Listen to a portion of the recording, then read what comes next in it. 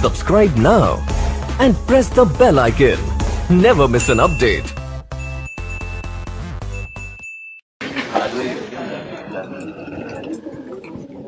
जी, आज के लेक्चर का आगाज़ करते हैं। सबसे पहले प्रीवियस लेक्चर में से कोई क्वेश्चन पूछना चाहते हैं पूछ लीजिए। पावर ऑफ अटॉर्नी, ये कंसेप्ट यूज हुआ है हमारा लर्निंग ऑब्जेक्टिव 2 में। 2 में हमें यह बता रहा है कि जो एजेंट अपॉइंट करते हैं हम किसी को, कोई भी प्रिंसिपल अगर किसी दूसरे पर्सन को एजेंट अपॉइंट करना चाहता है तो वो रिटन फॉर्म में भी एग्रीमेंट हो सकता है एजेंट अपॉइंट करने का, और ओरल एग्रीमेंट भी हो सकता है। लेकिन अगर कुछ सिचुएशन ऐसी है जिनमें एजेंट को अपॉइंट करना हो तो रिटन फॉर्म में अपॉइंट करना लाजमी है। इसकी एग्जांपल दे रहा है कि to execute a deed for sale और परचेज ऑफ लैंड, कि अगर आपने लैंड की सेल या परचेज के लिए किसी को अपॉइंट करना, फॉर एग्जांपल किसी पर्सन की प्रॉपर्टी है कोई लाहौर में और वो अर्जेंट किसी काम की वजह से पाकिस्तान से बाहर जाना चाह रहा है और ये चाहता है कि उसकी एब्सेंस में वो जो प्रॉपर्टी है उसको सेल कर दिया जाए, तो वो अपने बिहाफ पे किसी पर्सन को अपॉइंट कर जाएगा अपना एजेंट कि वो उस ओरिजिनल ओनर के बिहाफ पे उस प्रॉपर्टी को सेल करे और पैसे ट्रांसफ़र कर दे ओनर को जो कि पाकिस्तान से बाहर होगा। अब इस सिचुएशन में लॉ कहता है लाजमी है कि रिटन फॉर्म में एजेंट को अपॉइंट किया जाए और पावर ऑफ अटॉर्नी बनाई जाए जिसमें उस बंदे पर्सन को ये पावर दी जाए रिटन फॉर्म में कि आप ये लैंड या प्रॉपर्टी सेल करें मेरे बिहाफ पे। ठीक है, तो इस सिचुएशन में जब हमने कोई प्रॉपर्टी को सेल या परचेज करना हो तो रिटन फॉर्म में एजेंट को अपॉइंट करना लाजमी है सेल या परचेज ऑफ प्रॉपर्टी के लिए, और इसको कहते हैं पावर ऑफ अटॉर्नी। आपने शायद सुना भी होगा पावर ऑफ अटॉर्नी का। तो बिल्कुल, तो इसके लिए रिटन फॉर्म में एग्रीमेंट होना जरूरी है, वरना जो एजेंसी का एग्रीमेंट है वो रिटन भी हो सकता है ओरल भी हो सकता है। जी, और की क्वेश्चन?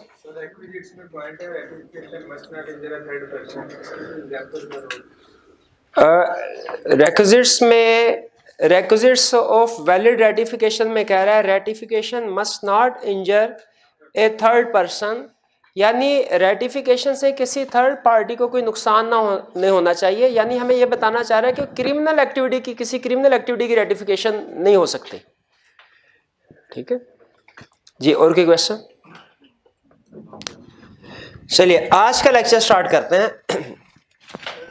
आज के लेक्चर में जो हम कंसेप्ट समझने जा रहे हैं वो है अथॉरिटी ऑफ एजेंट, एजेंट की अथॉरिटी के हवाले से, और कंसेप्ट इसमें यह भी कवर करेंगे कि क्या अथॉरिटी को डेलीगेट किया जा सकता है कि नहीं। पहले कंसेप्ट अथॉरिटी ऑफ एजेंट, इस कंसेप्ट को हम 2 हिस्सों में कवर करेंगे। एक टाइप ऑफ अथॉरिटी, हम ये सीखेंगे कि एजेंट की अथॉरिटी की कितनी टाइप्स हैं, और नेक्स्ट कंसेप्ट हमारा होगा डेलीगेशन ऑफ अथॉरिटी। डेलीगेशन का मतलब ये है कि क्या हम ये जो पावर है एजेंट को दी हमने, क्या एजेंट इस पावर को फर्दर आगे किसी और को ट्रांसफर कर सकता है, डेलीगेट कर सकता है। ये 2 कंसेप्ट स्टडी करेंगे। पहला कंसेप्ट टाइप्स ऑफ अथॉरिटी। 2 बड़ी टाइप्स हैं अथॉरिटी की। जब हम case study point of view से या जो कॉन्ट्रैक्ट ऑफ एजेंसी है इसके पर्सपेक्टिव से डिस्कशन करते हैं जब, तो एजेंट अथॉरिटी की 2 टाइप्स हैं, 2 टर्म यूज होती हैं। एक अपेरेंट अथॉरिटी या ऑस्टेंसिबल अथॉरिटी, और दूसरा एक्चुअल या रियल अथॉरिटी।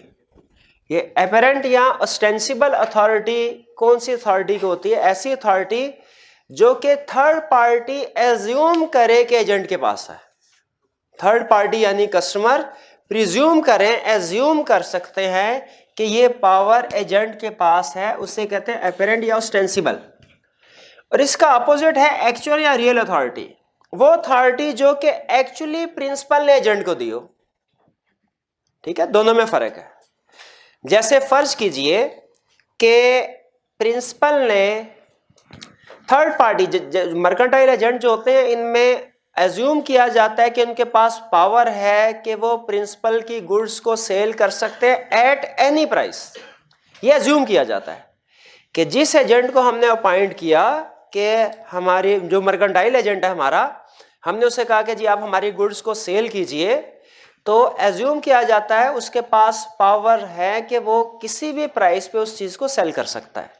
ये है अपेरेंट या ऑस्टेंसिबल पावर। एक्चुअल पावर वो जो कि प्रिंसिपल ने एक्चुअली उसे दी हुई है। सम टाइम तो प्रिंसिपल एजेंट को ये कहता है भाई जो भी रिजनेबल प्राइस पे ये चीज बिकती है उसको बेच देना।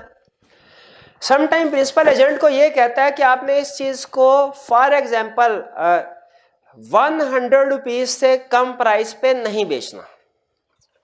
अब अगर प्रिंसिपल ने एजेंट को ये कहा कि 100 रुपीज पर यूनिट प्राइस से कम पे नहीं बेचना इस चीज को, तो इसका मतलब ये हुआ प्रिंसिपल ने जो एजेंट को अथॉरिटी दी है वो लिमिट कर दी है। एक्चुअल अथॉरिटी जो है उसको लिमिट कर दिया, इसे कहते हैं एक्चुअल अथॉरिटी। लेकिन थर्ड पार्टी जब एजेंट के साथ डीलिंग कर रही होगी, बताइए क्या थर्ड पार्टी को यह पता होगा कि प्रिंसिपल ने एजेंट की पावर को रिस्ट्रिक्ट किया? एक्चुअल अथॉरिटी क्या है? नहीं। थर्ड पार्टी तो ये अज्यूम करेगी कि एजेंट के पास कोई पावर है कि वो किसी भी प्राइस पे चीज को सेल कर सकता है। ठीक है, तो ये कंसेप्ट है कि थर्ड पार्टी क्या अज्यूम करेगी कि एजेंट के पास क्या अथॉरिटी है, और एक्चुअल उस एजेंट की अथॉरिटी क्या होगी। अब यहां पे कंसेप्ट को समझाने के लिए एक छोटा सा मैंने आपके सामने लाइन ड्रॉ की है। फर्ज कीजिए कि एक्चुअली जो पावर दी गई है एजेंट को वो ये है यहां तक, और जो थर्ड पार्टी प्रिज्यूम करती है कि एजेंट के पास पावर है वो ये। अब जैसे मैंने आपको एग्जांपल जो आपने जहन में रखनी है वो ये कि थर्ड पार्टी ये प्रिज्यूम करती है और ये समझा जाता है कि एजेंट के पास राइट है वो चीज को किसी भी प्राइस पर सेल कर सकता है। लेकिन प्रिंसिपल के पास भी राइट है कि वो अगर एजेंट को चाहे तो ये कह सकता है कि किसी भी गुड को एक सर्टेन प्राइस से कम पे नहीं बेचना। अगर एजेंट अपनी एक्चुअल अथॉरिटी से एक्सीड करे, अगर एजेंट, ये दोनों अथॉरिटी में फर्क समझ आ गया ना, ऑस्टेंसिबल अथॉरिटी और एक्चुअल अथॉरिटी का फर्क क्या है? ऑस्टेंसिबल अथॉरिटी वो जो थर्ड पार्टी अज्यूम करेगी कि एजेंट के पास पावर है। एक्चुअल अथॉरिटी वो जो एक्चुअली प्रिंसिपल ने पावर दी है, एक्चुअली प्रिंसिपल ने ये पावर दी है। ऑस्टेंसिबल अथॉरिटी ज्यादा है। अगर एजेंट अपने with in authority actual authority में रहते हुए काम करे, जैसे वो 100 रुपीज पर यूनिट पे ही चीज को सेल कर रहा है, क्या वो एग्रीमेंट, वो कॉन्ट्रैक्ट वैलिड है? बिल्कुल। उन कॉन्ट्रैक्ट के लिए एजेंट रिस्पॉन्सिबल है या प्रिंसिपल? प्रिंसिपल रिस्पॉन्सिबल है। अगर एजेंट अपनी एक्चुअल अथॉरिटी से एक्सीड करता है, अपनी एक्चुअल अथॉरिटी से एक्सीड करता है, लेकिन विद इन ऑस्टेंसिबल अथॉरिटी, जैसे हमारी एग्जांपल में एजेंट उस चीज को 100 रुपीज की बजाय किसी के साथ एग्रीमेंट कर लेता है 80 रुपीज में सेल करेगा, 100 रुपीज की बजाय 80 रुपीज में। अच्छा, अब ये बताइए क्या एजेंट ने अपनी अथॉरिटी से एक्सीड किया? लेकिन क्या थर्ड पार्टी को यह पता चलेगा कि इसने अपनी एक्चुअल अथॉरिटी से एक्सीड किया? क्योंकि ये तो एक अपेरेंट अथॉरिटी में ही काम कर रहा है ना, ऑस्टेंसिबल अथॉरिटी में, क्योंकि एजेंट के पास ये प्रिज्यूम किया जाता है कि चीज को किसी भी प्राइस पे सेल करने की अथॉरिटी है। अब कंसेप्ट ये है, अगर तो एजेंट एक्चुअल अथॉरिटी में विद इन एक्चुअल अथॉरिटी काम करता है तो जो भी कॉन्ट्रैक्ट्स होंगे उनके वो वैलिड होंगे और उनके लिए प्रिंसिपल लायबल है, एजेंट नहीं। लेकिन अगर एजेंट अपनी एक्चुअल अथॉरिटी से जो उसे प्रिंसिपल ने दी है एक्सीड करता है, तो क्या वो कॉन्ट्रैक्ट वैलिड होंगे? इसका जवाब है थर्ड पार्टी के पॉइंट ऑफ व्यू से वो कॉन्ट्रैक्ट वैलिड हैं, लेकिन इन कॉन्ट्रैक्ट के लिए अब जितना उसने अपने अथॉरिटी से एक्सीड किया, इसके लिए प्रिंसिपल लायबल नहीं है, बल्कि कौन लायबल है? एजेंट लायबल है पर्सनली। ठीक है, और अगर प्रिंसिपल को नुकसान होता है तो एजेंट उस नुकसान को बेयर करेगा, अनलेस के प्रिंसिपल रेटिफाई कर दे, अनलेस रेटिफाइड। ये कंसेप्ट समझ आया ऑस्टेंसिबल अथॉरिटी और एक्चुअल अथॉरिटी का? तो एक छोटी सी एग्जांपल, पास्ट पेपर एग्जांपल से हम इसको मजीद क्लैरिफाई करते हैं। प्रिंसिपल ने यह कहा एजेंट से कि आपने एक सर्टन गुड है, आपको कंसाइन भेज रहा हूं, आपने इसको 10,000 से कम पे नहीं बेचना। एजेंट ने उसे 8,000 रुपए में सेल कर दिया। क्या अपनी अथॉरिटी से एक्सीड किया? क्या थर्ड पार्टी जिसके साथ 8,000 का एग्रीमेंट हुआ, एजेंट ये कह के कि सर वो मैंने अपनी अथॉरिटी से एक्सीड किया था, या प्रिंसिपल ये कह के कि मैंने तो 8,000 की बेचने की इजाजत ही नहीं दी थी, इस कॉन्ट्रैक्ट को इनवैलिड करार दे सकते हैं? नहीं, ये कॉन्ट्रैक्ट इनवैलिड करार नहीं दिया जा सकता। यानी अब प्रिंसिपल पे लाजिम हो जाएगा कि इस गुड को 8,000 पे ही बेचे, लेकिन जो उसे 2,000 का नुकसान हुआ है इसके लिए एजेंट लायबल होगा। प्रिंसिपल के पास ये पावर है, चाहे तो वो उसको रेटिफाई कर दे, 8,000 के एक्ट को रेटिफाई कर दे, यानी कि ठीक है आपने 8,000, मैंने कहा था 10,000, आपने 8,000 के बेच चले, कोई प्रॉब्लम नहीं। रेटिफाई अगर रेटिफाई नहीं करता प्रिंसिपल तो फिर क्या, एजेंट लायबल होगा। कितने के लिए? 2,000 के लिए। अथॉरिटी समझ आ गई concept. Next, delegation of authority. क्या एजेंट को अपॉइंट किया गया कोई चीज सेल करने के लिए, एजेंट आगे फर्दर किसी और को एजेंट अपॉइंट कर सकता है? जब एजेंट किसी और को अपॉइंट करे एजेंट, तो उससे कहते हैं सब एजेंट। ठीक है, प्रिंसिपल ने एजेंट को अपॉइंट किया कोई काम करने के लिए, एजेंट ने आगे फर्दर किसी और पर्सन को अपॉइंट कर दिया, तो ये जो दूसरा पर्सन अपॉइंट हुआ एज एजेंट, इसे लॉ में क्या नाम दिया जाता है? Sub agent. ठीक है, क्या एजेंट अपनी अथॉरिटीज को डेलीगेट कर सकता है, या जो पावर उसे प्रिंसिपल ने दी वो आगे किसी और पर्सन को ट्रांसफर कर सकता है? यह है कंसेप्ट हमारा डेलीगेशन ऑफ अथॉरिटी का। यानी डेलीगेशन ऑफ अथॉरिटी का मतलब क्या है कि अपॉइंटमेंट ऑफ सब एजेंट, अपॉइंटमेंट ऑफ सब एजेंट। यहां पे हमें दो सिचुएशन बताते हैं। वो कहते हैं ये सर्कमस्टांसेस हैं जिनमें सब एजेंट को अपॉइंट किया जा सकता है। अगर इन सर्कमस्टांसेस में सब एजेंट को अपॉइंट किया जाए तो इसे कहा जाएगा सब एजेंट प्रॉपरली अपॉइंटेड, और अगर इन सर्कमस्टांसेस के अलावा सब एजेंट को अपॉइंट किया जाए तो इसे कहा जाएगा इम्प्रॉपरली अपॉइंटेड सब एजेंट। दोनों में रूल्स डिफरेंट है, इसलिए हमने जब कभी सब एजेंट का कंसेप्ट आएगा, पहली चीज ये डिसाइड करनी होती है क्या ये प्रॉपरली अपॉइंटेड सब एजेंट है या इम्प्रॉपरली अपॉइंटेड सब एजेंट। कैसे पता चलेगा हमें प्रॉपरली अपॉइंटेड सब एजेंट है या इम्प्रॉपरली? अगर इन सिचुएशन में अपॉइंटमेंट हुई है सब एजेंट की तो हम कहेंगे प्रॉपरली अपॉइंटेड सब एजेंट का कंसेप्ट समझ आ गया ना? एजेंट किसी और को अपॉइंट करेगा, वो है सब एजेंट। प्रिंसिपल अगर एक की बजाय दो एजेंट्स को अपॉइंट कर देता है, वो कोई एजेंट है, वो सब एजेंट का कंसेप्ट नहीं है। सब एजेंट का कंसेप्ट क्या है? एजेंट आगे किसी और को अपॉइंट कर रहा है। कह रहा है कब एक एजेंट किसी और को सब एजेंट अपॉइंट कर सकता है? पहला, इफ परमिटेड बाय प्रिंसिपल, अगर प्रिंसिपल इजाजत दे दे, अगर प्रिंसिपल इजाजत दे दे सब एजेंट अपॉइंट करने की, तो एजेंट किसी को सब एजेंट अपॉइंट कर सकता है। हमने किसी से कहा कि भैया हमें फॉर एग्जांपल लाहौर के एरिया में हमने एक कमर्शियल बिल्डिंग कंस्ट्रक्ट करनी है, आप जरा हमें कोई सूटेबल सी प्लेस रिकमेंड कीजिए कि हमारे बिजनेस के लिहाज से कौन सी लोकेशन जो है वो रीजनेबल होगी। अब ये हमने मिस्टर ए को कहा, मिस्टर ए ने आगे यही काम मिस्टर बी को कह दिया, तो मिस्टर बी का हमारा रिलेशनशिप क्या है? Sub agent. अब देखा जाएगा क्या ये सब एजेंट प्रॉपरली अपॉइंटेड है या इम्प्रॉपरली अपॉइंटेड। वो कहते हैं अगर तो प्रिंसिपल इजाजत दे दे सब एजेंट अपॉइंट करने की, ये प्रॉपरली अपॉइंटेड होगा। इन सिचुएशन में सब एजेंट को अपॉइंट किया जा सकता है अगर प्रिंसिपल इजाजत दे दे। अगर ट्रेड यूजेज एज कस्टम हो, ट्रेड यूजेज आर कस्टम हो, यानी रस्म हो, रिवाज ऐसा हो, नेचर ऑफ बिजनेस ऐसे, बिजनेस नॉर्म है कि उसमें सब एजेंट को अपॉइंट किया जाता है। जैसे फर्ज कीजिए मैं एक पर्सन को कहता हूं कि जी मेरे शेयर्स बेच दे, ठीक है। अब नॉर्मली वो जो ब्रोकर्स होते हैं वो कोई इंडिविजुअल थोड़ी होते हैं, समटाइम वो कंपनीज भी होती हैं जो ये ब्रोकरेज का काम कर रही होते हैं, ब्रोकरेज हाउस होते हैं। आगे उन्होंने फर्दर अपने एम्प्लॉयज रखे होंगे, ठीक है। वो आगे फर्दर अगर किसी और को कहते हैं शेयर्स बेचने के लिए, तो ये उस सेक्टर में नॉर्मल प्रैक्टिस है। इसमें सब एजेंट को एज्यूम किया जाएगा प्रॉपरली अपॉइंटेड है। नेक्स्ट, इफ नेसेसरी, अगर सब एजेंट को अपॉइंट करना नेसेसरी हो, किस वजह से जरूरी हो? नेचर ऑफ एजेंसी ऐसी है या इमरजेंसी सिचुएशन अराइज हो गई, जैसे किसी काम को करने के लिए अगर किसी एक्सपर्टीज की जरूरत है और हमने जिस पर्सन को एज एजेंट अपॉइंट किया उसके पास वो एक्सपर्टीज नहीं है, तो नेचर ऑफ एजेंसी रिक्वायर करती है कि वो किसी एक्सपर्ट को अपॉइंट कर ले, उसके बगैर तो काम पूरा नहीं कर सकता वो। ठीक है। और लास्ट है, अगर इमटेरियल एक्ट्स, छोटे मोटे काम करने के लिए किसी को अपॉइंट किया गया हो तो फिर भी उसे प्रॉपरली अपॉइंटेड एजेंट कहा जाएगा।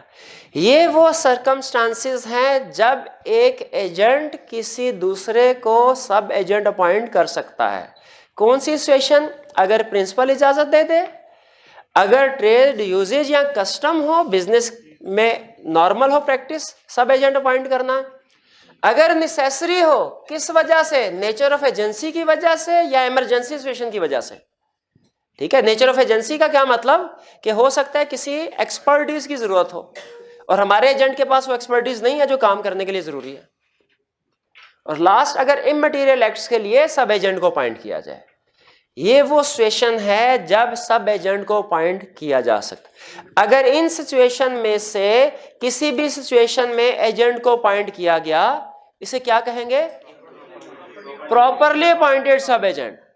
और अगर इन सिचुएशंस के अलावा सब एजेंट को अपॉइंट किया गया, इम्प्रॉपरली अपॉइंटेड। अब वो हमें बता रहा है कि दोनों में फर्क क्या होगा अगर सब एजेंट को प्रॉपरली अपॉइंट किया जाए या इम्प्रॉपरली अपॉइंट किया जाए। तो लीगल पोजीशन क्या होगी एजेंट की, सब एजेंट की और प्रिंसिपल की?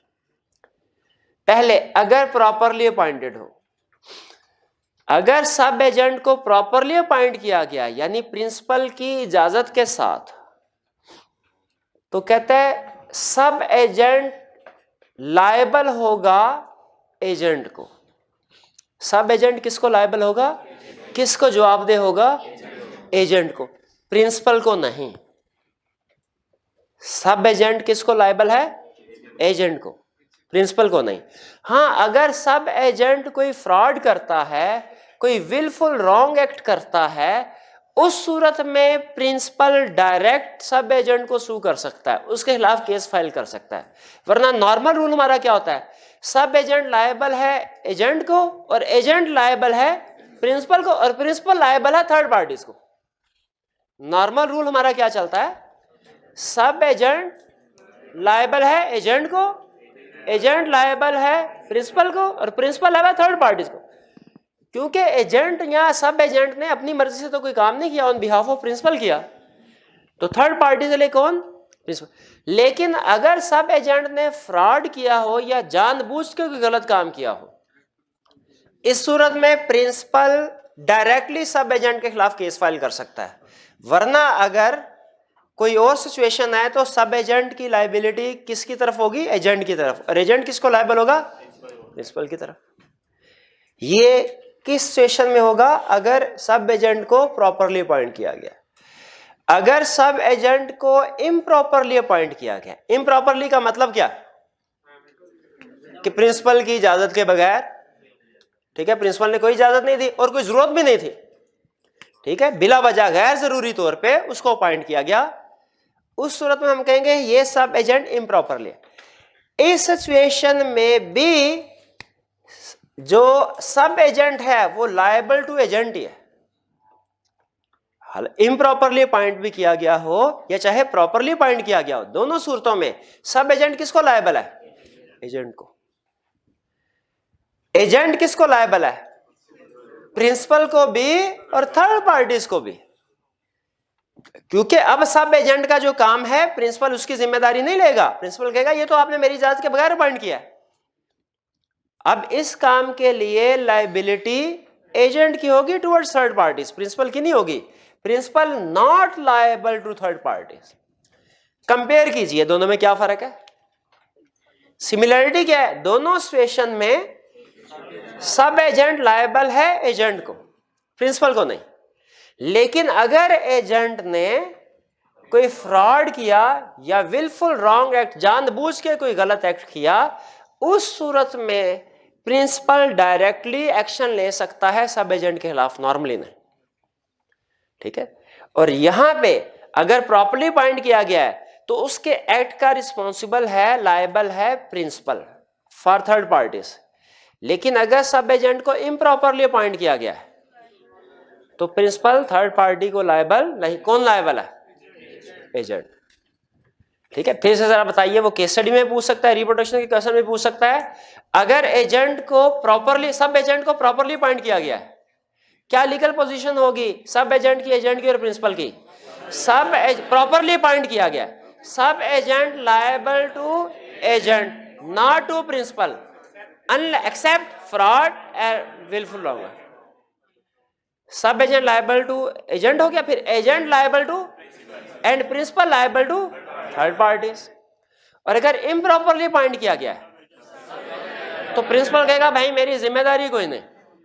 ठीक है, sub agent liable to agent और agent liable to principal as well as third party. सबसे बड़ा डिफरेंस है वो यही है, प्रॉपरली अपॉइंटेड में थर्ड पार्टी को प्रिंसिपल लायबल है, लेकिन इम्प्रॉपरली अपॉइंटेड के केस में थर्ड पार्टी को एजेंट लायबल है, प्रिंसिपल लायबल नहीं है। क्लियर हो गया ये? चलिए नेक्स्ट कंसेप्ट हम स्टडी करते हैं, छोटा सा कंसेप्ट है, डिफरेंस बिटवीन सब एजेंट एंड को एजेंट। सब एजेंट एंड को एजेंट, को एजेंट को एक और नाम दिया जाता है सब्स्टिट्यूटेड एजेंट। को एजेंट को एक और नाम दिया जाता है सब्स्टिट्यूटेड एजेंट। ठीक, तो मे भी वो एग्जाम में अल्टरनेट टर्म के साथ कंसेप्ट पूछ ले। सब्स्टिट्यूटेड एजेंट, डेफिनेशन बताइए। कंसेप्ट सिंपल है, कोई लंबी चौड़ी बात नहीं। डेफिनेशन, सब एजेंट को कौन अपॉइंट करता है? सब एजेंट कौन होता है? जिसको एजेंट अपॉइंट करे, अपॉइंटेड बाय एजेंट। को एजेंट प्रिंसिपल। कंट्रोल, कौन कंट्रोल कर रहा है इसको? किसकी इंस्ट्रक्शंस के मुताबिक काम कर रहा है? एजेंट। और को एजेंट प्रिंसिपल के कंट्रोल में है, इंस्ट्रक्शन के मुताबिक काम करता है। सब एजेंट किसको रिस्पॉन्सिबल है? एजेंट को। और को एजेंट, सब एजेंट के केस में कॉन्ट्रैक्ट किन पार्टीज के दरमियान? एजेंट और सब एजेंट के दरमियान में। और को एजेंट के केस में प्रिंसिपल और एजेंट के दरमियान में। टर्मिनेशन, अगर एजेंट को टर्मिनेट कर दिया जाए, सब एजेंट ऑटोमेटिकली टर्मिनेट हो गए। अगर एक एजेंट को टर्मिनेट किया जाए, दूसरे को एजेंट ऑटोमेटिकली टर्मिनेट नहीं होंगे। रिम्यूनरेशन कौन पे करेगा? सब एजेंट। और यहां पे सिंपल कंसेप्ट है, सिर्फ पॉइंट्स ऑफ डिफरेंस याद रखिए क्या है, बाकी कंसेप्ट सिंपल है, कोई डिफिकल्टी नहीं है। क्लियर हो गया ये? यहां तक कोई क्वेश्चन पूछना चाहते हैं तो पूछ लीजिए, वरना पास पेपर के क्वेश्चन की तरफ चलते हैं। 1 पे 1 जी। इमटेरियल एक्ट छोटे मोटी चीजों के लिए, ठीक है। जैसे फर्ज कीजिए शॉप पे बैठा दुकानदार जो है, मालिक जो है वो दुकान पे अपने एम्प्लॉय को बिठा के गया कि जी मेरे आने तक जो भी कस्टमर वगैरह आए मेरे भी यहाँ पे डील करना, और वो आगे फर्दर किसी और एम्प्लॉय को छोटा मोटा काम के लिए अपॉइंट कर लेता है कि ये चीज़ें यहाँ से उठा के यहाँ रखो, ठीक है, छोटी मोटी चीज़। उससे उसने कोई सेल परचेज करने के लिए मेन सीट पे नहीं बिठाया। तो छोटे मोटे एक्ट्स इमटेरियल किस्म के। जी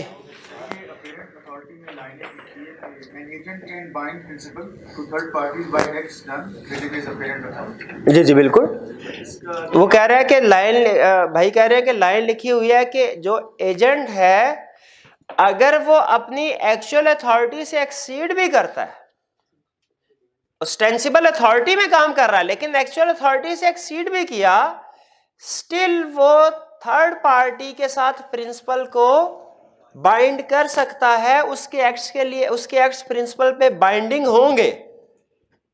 अगर कोई एजेंट अपनी एक्चुअल अथॉरिटी से एक्सीड करता है ऑस्टेंसिबल अथॉरिटी में, एक्चुअल अथॉरिटी से एक्सीड करता है, तो उसके एक्ट्स के लिए प्रिंसिपल लायबल है, वो एक्ट्स बाइंडिंग है, यानी उस कॉन्ट्रैक्ट को नलीफाई नहीं करार दिया जा सकता। लेकिन कंसेप्ट क्या, अब थर्ड पार्टी के पॉइंट ऑफ व्यू से ये कॉन्ट्रैक्ट वैलिड है, लेकिन क्योंकि एक एजेंट ने अपनी एक्चुअल अथॉरिटी से एक्सीड किया, तो जितना नुकसान हुआ अब वो कौन भरेगा? वो एजेंट भरेगा। प्रिंसिपल उससे रिकवर करवा सकता है, लेकिन प्रिंसिपल ये नहीं कह सकता कि ये कॉन्ट्रैक्ट को खत्म किया जाए, ठीक है, क्योंकि मुझे वारा नहीं खाता। वो कहता नहीं भाई एजेंट को आपने अपॉइंट किया था, एजेंट को वारा खाता था, उससे पूछे। ठीक जी, और कोई क्वेश्चन? चलिए पास्ट पेपर्स के क्वेश्चन की तरफ चलते हैं। Page 119, question number 8। Under the Contract Act 1872, state an agent's responsibility in case he appoints a sub-agent without having the principal's authority। जी अच्छा, without having the principal's authority, इससे हमें क्या इंडिकेशन दे रहा है? Improperly appointed। तो बताइए रिस्पॉन्सिबिलिटी क्या है एजेंट की? Improperly appointed। ठीक है, सब एजेंट लायबल है एजेंट को, और एजेंट लायबल है प्रिंसिपल को भी थर्ड पार्टीज को भी, दोनों को एजेंट लायबल है। प्रिंसिपल की कोई लायबिलिटी नहीं है टुवर्ड्स थर्ड पार्टी। यहां पे तो हम क्या लिखेंगे इस सिचुएशन में? प्रिंसिपल थर्ड पार्टी के लिए लायबल नहीं बल्कि एजेंट लायबल है, टू प्रिंसिपल भी और टू थर्ड पार्टी भी। क्वेश्चन 9, डिफरेंशिएट बिटवीन सब एजेंट एंड सब्स्टिट्यूटेड एजेंट। वो ये को एजेंट का बिल्कुल। 10, what are the rights and liabilities of principal agent and sub agent when sub agent is properly appointed? Second, sub agent is improperly appointed। यहाँ पे rights और liability उसने लाता पूछा, हम लाइबिलिटी डिस्कस करेंगे क्योंकि एक ही लाइबिलिटी दूसरे के राइट्स होते हैं, अंडरस्टूड है। और इस कंसेप्ट में उसने हमें कहीं डिफरेंशिएट नहीं किया राइट्स और लाइबिलिटी में, उसने लाइबिलिटी के पॉइंट ऑफ व्यू से ही कंसेप्ट डिस्कस किया है कि सब एजेंट की लाइबिलिटी क्या होगी, एजेंट की लाइबिलिटी क्या होगी और प्रिंसिपल की लाइबिलिटी क्या होगी। तो चूंकि एक की लाइबिलिटी दूसरे का राइट है तो अलग-अलग हेडिंग देने की जरूरत नहीं है, बिल्कुल तीनों पॉइंट्स लिख देंगे। सब एजेंट इज प्रॉपर्ली अपॉइंटेड, क्या लाइबिलिटीज होती हैं अगर सब एजेंट प्रॉपर्ली अपॉइंट किया गया हो? क्या liability? Sub agent liable to agent except not liable to principal except in case of fraud and wilful wrong act, और agent liable to principal, principal liable to third party. और क्या liabilities होती हैं improperly appointed के case में? Sub agent liable to agent, agent liable to principal and third party, principal not liable to third parties. 11, briefly explain the term substituted agent. Substituted agent किसको कहते हैं? को एजेंट को। Is the original agent responsible to the principal for the acts of substituted agent? क्या जो original agent है यानी जो एजेंट हमने अपॉइंट किया वो को एजेंट के लिए लायबल है? को एजेंट के लिए लायबल नहीं है, दोनों के दरमियान में सेपरेट कॉन्ट्रैक्ट होता है। जी 12, who may be an agent when an agent can not delegate his authority. इसी कंसेप्ट को उसने दूसरे एंगल में पूछ लिया। यहां पे हमें सिखा रहा है कि इन सिचुएशन में एजेंट अपनी अथॉरिटी को डेलीगेट कर सकता है। ठीक है, हम ये लिस्ट लिख देंगे और उसके एंड में लिख देंगे कि इनके अलावा कोई भी सिचुएशन अगर होगी तो एजेंट अपनी अथॉरिटीज को डेलीगेट नहीं कर सकता, अगर करता है तो उसे इम्प्रॉपरली अपॉइंटेड एजेंट कहेंगे। Question 13, define ostensible authority. Ostensible authority कौन सी होती है? एक्चुअल अथॉरिटी या अपेरेंट अथॉरिटी? ठीक है, जो कि अज्यूम करते हैं थर्ड पार्टीज के एजेंट के पास होगी। नेक्स्ट आते हैं केस स्टडीज की तरफ। अच्छा, ये जरा अटेंटिव होके कीजिएगा attempt case studies. 14, a consign good to be for sale and gives him instruction not to sell under a fixed price. C enters into a contract with B to buy the goods at a price lower than the reserve price. Is A bound by the contract? हाँ, A bound है, लेकिन जो उसको नुकसान हुआ है उसने तो कहा था क्या वो कौन पे करेगा? वो एजेंट करेगा B। अनलेस के वो उसको अगर रेटिफाई कर दे तो फिर ठीक है, फिर तो नुकसान भी पूरा करने की जरूरत नहीं है। लेकिन अगर वो रेटिफाई नहीं करता तो फिर एजेंट करेगा पूरा। ठीक है। अच्छा, यहाँ पे एक इंटरेस्टिंग बात वो एग्जाम्पल में डिस्कस करता है। कहता है ओनर ने कहा एजेंट को, प्रिंसिपल ने कहा एजेंट को एक चीज आपने 10,000 रुपए में सेल करनी है, फिक्स प्राइस क्या है 10,000, उसने 12,000 में सेल कर दी। क्या एजेंट 2,000 अपने पास रख सकता है? वो कहता है नहीं। ठीक है, उसे 12,000 वापस करना पड़ेगा। लेकिन अगर वो 8,000 की सेल करता है तो फिर यानी अगर एजेंट अपनी अथॉरिटी से एक्सीड करता है, अगर बेनिफिट होगा वो प्रिंसिपल को जाएगा, अगर लॉस हुआ वो प्रिंसिपल को नहीं जाएगा, वो एजेंट को भरना पड़ेगा। अगर एजेंट अपनी अथॉरिटी से एक्सीड करता है और इससे फायदा होता है वो प्रिंसिपल को जाएगा, एजेंट के पास नहीं रहेगा। और अगर अथॉरिटी से एक्सीड करने से नुकसान होता है उसके लिए एजेंट लायबल। 15 को क्रॉस कर दीजिए, 15 नहीं करना आपने, 15 क्रॉस कर दें। 16, a policeman thinking that the driver of an omnibus was drunk ordered him to discontinue driving। तो भाई कोई नशा चर्स पी के वो ड्राइविंग कर रहा था, उसने कहा भाई रहने दो, तुम ना ड्राइविंग करो। Omnibus then being only a quarter of mile from its destination, वो थोड़ा सा सफर रह गया था। Driver and the conductor then authorized a person standing nearby to drive the omnibus home। अच्छा, अब जिसकी बस है उसने तो ड्राइवर को रखा ना कि भाई तुमने बस कंपनी है, तुमने मेरे बिहाफ पे जरा ये चलाओ। अब उस ड्राइवर, क्या उन ड्राइवर के पास अथॉरिटी होती है कि वो आगे किसी और को पॉइंट कर सके? क्या जो बस के मालिकान होते हैं वो ये उन्हें कहते हैं कि अच्छा अगर आप ड्राइव ना, आपको मैं टैक्सी दे रहा हूँ, रिक्शा दे रहा हूँ, गाड़ी दे रहा हूँ, आप ड्राइव करें, यहाँ के अलावा कोई और भी कर सकता है? नहीं नहीं भाई, ऐसे नहीं होता। छोटी सी एग्जांपल है, ये उबर वाले जो है, ये जो किसी को कहते हैं कि जी आप हमारे जो सिस्टम को यूज करते हुए आप सर्विसेज प्रोवाइड करें, क्या अब जिस ड्राइवर को उन्होंने ये अथॉरिटी दी है उसके अलावा कोई और ड्राइवर उसी नंबर से वो जो रजिस्टर करवाई होती है बस वो चला सकता है उसको सर्विस? और नहीं कर सकता भाई, कोई और नहीं कर सकता। ये नहीं है कि बाप ने अपने नाम से लाइसेंस मतलब उनके साथ रजिस्ट्रेशन करवाई और बाद में बेटे को कह दिया तुम चलाओ। हो सकता है बेटे की ड्राइविंग अच्छी ना हो या वो मतलब उस एज का ना हो, जो भी उनकी रिक्वायरमेंट है पूरी ना कर रहा हो, तो वो इजाजत नहीं होती ड्राइवर को कि अपनी जगह पे किसी और को अपॉइंट कर दे। The driver and the conductor then authorized person standing nearby to drive the omnibus home. That person drove the omnibus negligently. जितनी की उसको आती थी उस तरीके से उसने बस चलाई and injured a boy। और जी बिल्कुल बच्चे को जख्मी कर दिया। The boy claims damages from the owner of the omnibus. Are the owners liable? क्यों लायबल नहीं है? अब ये कंसेप्ट कौन सा यहाँ पे आया केस में? सब एजेंट वाला। क्या सब एजेंट प्रॉपरली पॉइंटेड है? नहीं भाई, ओनर को तो पता ही नहीं बेचारे को क्या हो रहा है। इम्प्रॉपरली पॉइंटेड है। इम्प्रॉपरली पॉइंटेड के लिए क्या ओनर प्रिंसिपल लायबल है? थर्ड पार्टी कौन लायबल है? जो इस केस में कौन होगा? ड्राइवर और कंडक्टर जिन्होंने ऑथोराइज किया।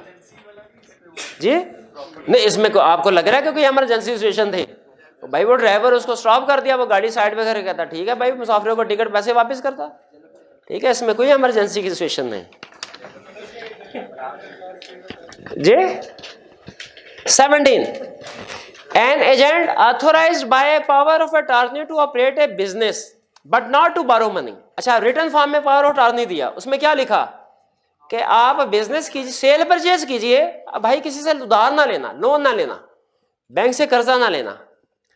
उस बंदे ने, एजेंट ने क्या किया? Ask for a loan on representation that he is authorised to borrow and produce the power of attorney after the perusal for the perusal of the lender। उसने किसी बंदे से कहा भैया मुझे लोन दीजिए और ये देखे मेरे पास अथॉरिटी है लोन लेने की, ये बड़ा हुआ है हमारा पावर ऑफ अटॉर्नी। अब जिस बंदे ने लोन देना था उसे क्या करना चाहिए था? पावर ऑफ अटॉर्नी पढ़ता कि वाकई इसके पास पावर है कि नहीं। अगर पावर होती तो फिर वो लोन देता, वरना ना देता। But the lender did not read it and advanced a loan। लेकिन lender ने उसे नहीं पढ़ा और पैसे दे दिए। इस principal bound by the loan, तो फिर कौन लायबल है? एजेंट खुद लायबल है। क्वेश्चन 18, अच्छा ये आई कैप का ये अच्छा क्वेश्चन है, प्रोबेबली ये जितने भी क्वेश्चन आज के हैं इनमें सबसे अच्छा क्वेश्चन ये है। Zishan is engaged in the business of buying and selling town houses in Lahore for the past many years and Inam is his agent। Zishan principal, Inam agent। Due to the recent growth in construction business, Zishan has decided to buy a small cement factory in the outskirts of Lahore and has asked Inam to negotiate the deal with the seller। Zishan ने Inam को कहा भाई कोई अच्छा सा बंदा ढूंढो, हमने फैक्ट्री खोलनी है। Inam, who has no technical knowledge of the cement industry, has employed Saqib for his assistance। अच्छा, परमिशन नहीं है इसमें, क्वेश्चन में हमें यह नहीं बता रहा कि ज़िशान ने परमिशन दी है, लेकिन बताइए कि क्या ये कोई प्रॉपरली अपॉइंटेड एजेंट समझा जाएगा? क्यों समझा जाएगा? इमटेरियल एक्ट्स नहीं है भाई। हाँ, नेसेसिटी जरूरी है, ठीक है। उसके पास टेक्निकल नॉलेज नहीं है, टेक्निकल नॉलेज के बगैर ही क्या वो चीज खरीद ले, पता चले भाई इधर तो ग्राहक आ ही नहीं सकता कोई, ठीक है। वो एक्सपर्ट अगर जरूरत है तो उसको एजेंट अपॉइंट कर सकता है। अब हमारे स्ट्रक्चर में ज़िशान है प्रिंसिपल, इनाम है और साकिब, और सब एजेंट प्रॉपरली अपॉइंटेड या improperly under the purview of contract act 1872 briefly describe. पहला, स्टेटस ऑफ साकिब, साकिब का स्टेटस हमने बता दिया, सब एजेंट है। And whether Inam is justified in employing Saqib to perform his work.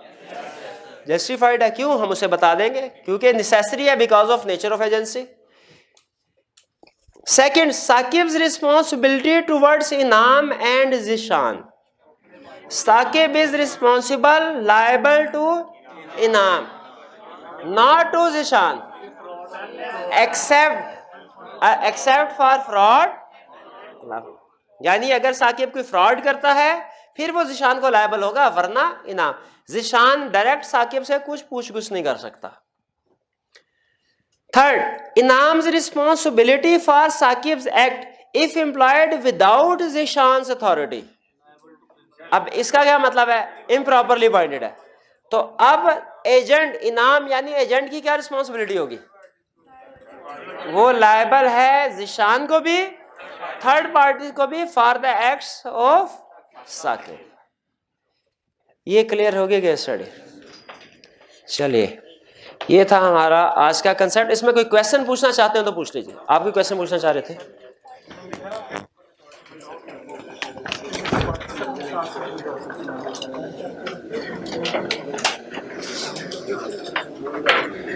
Ji, question 8 में स्टूडेंट का कहना है, under the contract act 1872 state and agent's responsibility in case he appoints a sub agent without having the principal's authority.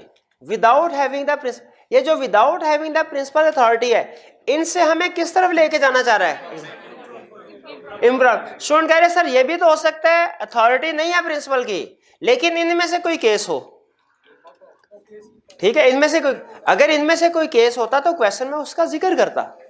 Question की wording से हमें पता चल रहा है कि हमें इम्प्रॉपरली पॉइंट की तरफ लेके चल रहा है, ठीक है। वरना अगर आप स्टिल आप ये डिस्कस करना चाहते हैं कि मे बी इनमें से कोई केस हो, तो फिर आपको क्वेश्चन को दो हिस्सों में लेके जाना पड़ेगा कि अगर इनमें से कोई सिचुएशन है तो वो प्रॉपरली पॉइंटेड होगा, उसमें क्या रिस्पॉन्सिबिलिटी होगी, और अगर इनमें से कोई सिचुएशन नहीं है, इनमें से भी नहीं है, तो फिर वो इम्प्रॉपरली पॉइंटेड होगा। फिर दोनों सिचुएशन डिस्कस करनी पड़ेगी। मार्क्स 2 है तो बेहतर ये है कि जिस तरफ हमें एग्जामिनर लेके जा रहा है, अब जाहिर है एग्जामिनर खुद एग्जामिनर बन के सोचे, अगर आप क्वेश्चन बनाते और आपने बताना था इम्प्रॉपरली पॉइंटेड है, तो सबको नोट करके क्वेश्चन बनाते गया तो बड़ा। इसने देखिए लास्ट क्वेश्चन में भी उसने यही किया है, इस क्वेश्चन में, क्वेश्चन नंबर 18 का थर्ड पार्ट, ठीक है, विदाउट। तो जब वो कहता है कि विदाउट प्रिंसिपल अथॉरिटी, इसका मतलब है वो क्या चाह रहा है हमसे, कि हम इम्प्रॉपरली पॉइंटेड वाला कंसेप्ट डिस्कस करें। हाँ, लेकिन उसने क्वेश्चन में अज्यूम कर दिया ना, 1 और 2 में हम कह चुके हैं कि वो प्रॉपरली पॉइंटेड है। अब थर्ड क्वेश्चन में उसने खुद से कह दिया कि इम्प्रॉपरली पॉइंटेड है, तो क्या होगा जी? और कोई क्वेश्चन? जी, क्वेश्चन नंबर 12 का second point, When an agent cannot delegate his authority, कब एक एजेंट अथॉरिटी डेलीगेट कर सकता है और कब नहीं कर सकता? जब ये ना हो, आप चाहे तो इन्हीं में से हर एक लाइन को नोट कर ले, चाहे तो ये लिख दे कि इनमें अपॉइंट कर सकता है, और नीचे फिर एक लाइन लिख दे इनमें अपॉइंट नहीं कर सकता। जैसे आपको याद है वो कंपनीज एक्ट में भी होता था, पब्लिक कंपनी को डिफाइन कीजिए 3 वर्ड्स के साथ, याद है? उसी तरह हम इसको भी नेगेटिव सेंस में लिख देंगे। और की क्वेश्चन? चलिए, आज का लेक्चर इतना ही काफी। आपको पता है जुम्मे को जरा लेक्चर हमारा थोड़ा कम होता है,